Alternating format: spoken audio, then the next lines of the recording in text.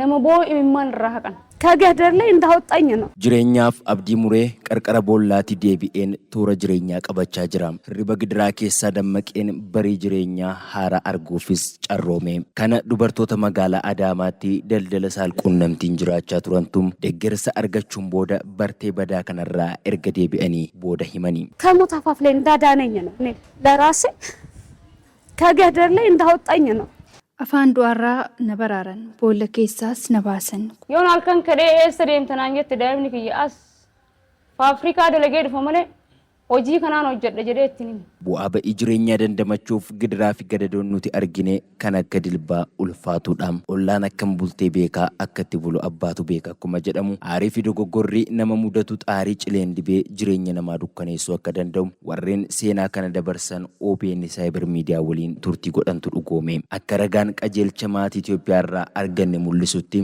magaalaa Adaamaatti dubartoonni qaama isaanii gurguruun jireenya isaanii geggeeffatan irra caalaan warreen umuriin isaanii dama hanga 30 gidduu jirudha. Hojii kana keessattis rakkoon xiinsammuu qaamaa reebichaa fi miidhaa garaagaraa dhibeef saaxilamuun isaaniis olaanaadha jedha ragaan qajeelchichaa. Hojii kanattis dubartoonni akka isaan galaniif kan dirqamsiise rakkoo dinagdee fi yakkoota akka gudeeddiifaa ta'us afaanuma isaanii irraa dhageenye. Mucaa mana isaanii kaniinan hojjedhutu jira.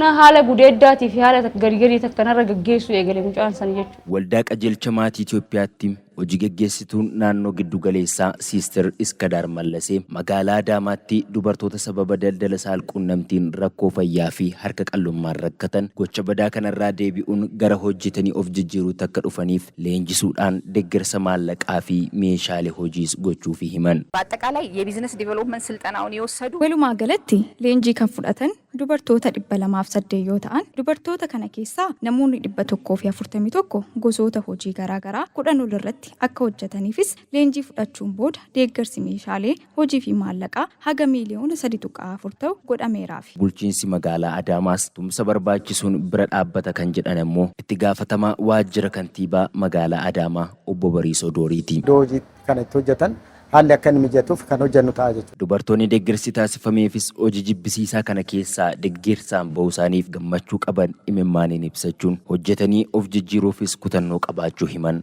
እንዲህ በጣም ቁርጠኝነት አለኝ በጣም ስለመረረኝ gidiraa baay'ee ulfaataa keessaa waan tureef amma carraa argadhe kanatti fayyadamee of jijjiiruu barbaada.